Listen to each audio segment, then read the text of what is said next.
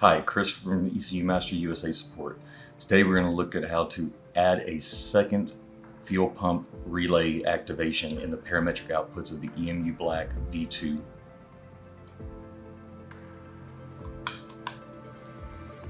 In the left parameters panel, click Outputs to expand. Expand Parametric and open one of the parametric outputs. We can name it FP2 for fuel pump 2. Assign the output that the relay is connected to. We can do this from map. So we're going to use map pressure as the activation condition. We can choose greater than, and we can put 200 kPa. This will always be in kPa on this value. A 10 hysteresis is fine.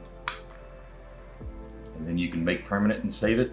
And now the secondary fuel pump relay will activate when map is greater than 200 kPa. Hope that helps. Have a great day.